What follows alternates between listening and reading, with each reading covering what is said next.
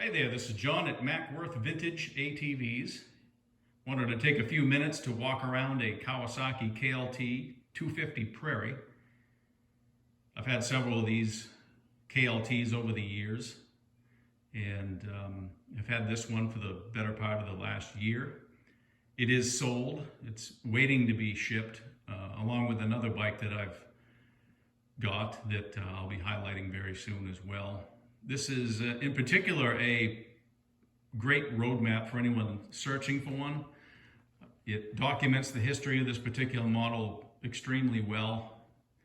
Aside from the battery, and I believe the owner prior to me said that he touched up the front rack a little bit, but I do believe otherwise. I've been around this many times.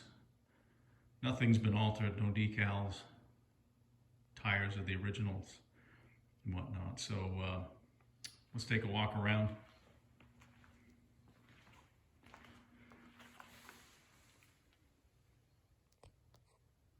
That front suspension has always fascinated me by how much engineering was behind that and weight.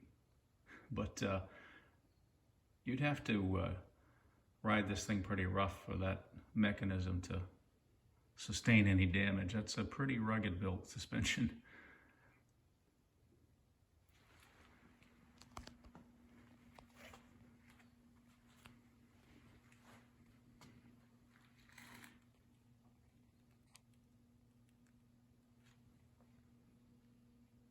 I've only detailed this, and it wasn't extensively. This bike was obviously kept out of the sun and the weather. Nothing here has been replaced. Original grips, hardware, no replating of anything. Those are, I believe, to be the original miles. 633, I believe it says.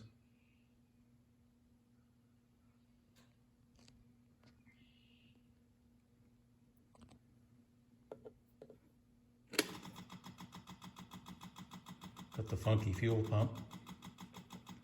This does run as good as it looks. When I first got it, I took it for a little spin.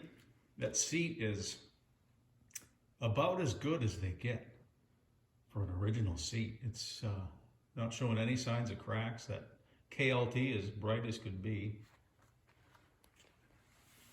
Just a small bit of expected wear on the decals, probably where the seat was taken on and off. But just check out the hardware with the plating still on it right from the get-go. No paint to the head, no paint to the shield, no paint to the crankcase. I don't even see any, maybe a little bit of foot rub. Original decals.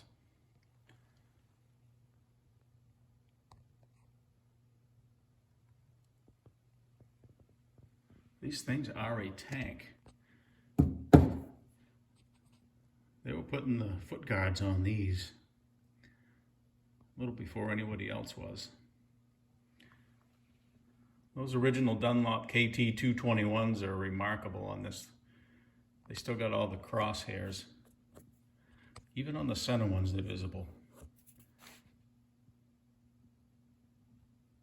Rims are showing a little bit of age on the gold.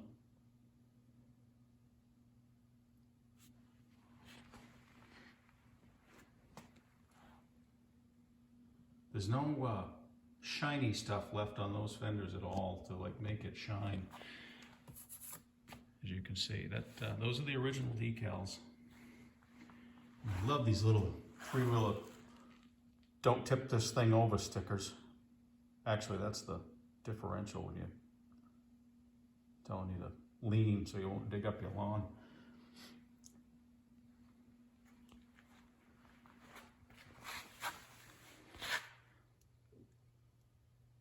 Just make out some of the X's on those middle knobs, which blows my mind. I didn't even touch up the trailer hitch. That'd be an easy job to take that off and powder coat it, but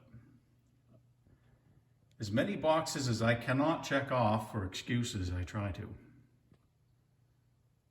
That muffler is pristine. Those generally rust out over time. But you'll see this is the model, and you probably know if you're watching this, this has got the differential that almost like the Ford front ends on the 70s and 80s Fords, or maybe they even more recent than that, but you lock them in and out to give the rear end posi traction or slip. Pretty cool. This rack is very robust. I mean, it pivots on this hinge. And got a toolbox built in. Little reminders. And this one, that's the original toolkit. This came with it. This is the original one. It's got a cute little note in here from the original purchaser, bought new June 6, 1984, paid $1,700. I love that stuff that goes along with it. This is the original warranty notice. Goes along with it. These original unmolested bikes are so special to begin with, but when you can get little tidbits like that to accompany it, I love it. This little knob spins around, clamps that back down, you probably know.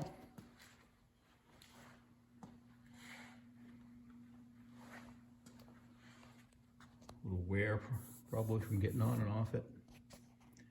Maybe the gasoline running down over it from the fuel filler.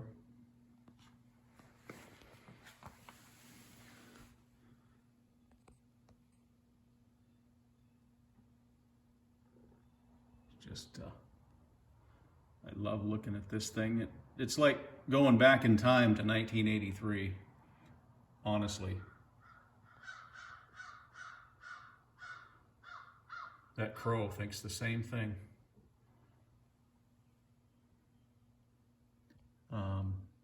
That vent tube, original one.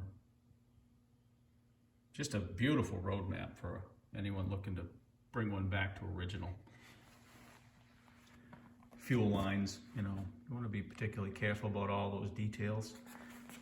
A lot of fuel line is either pink or clear nowadays, but do your research and find some of the translucent yellow tint stuff. That's really a better match if you want to try to get it all the points correct.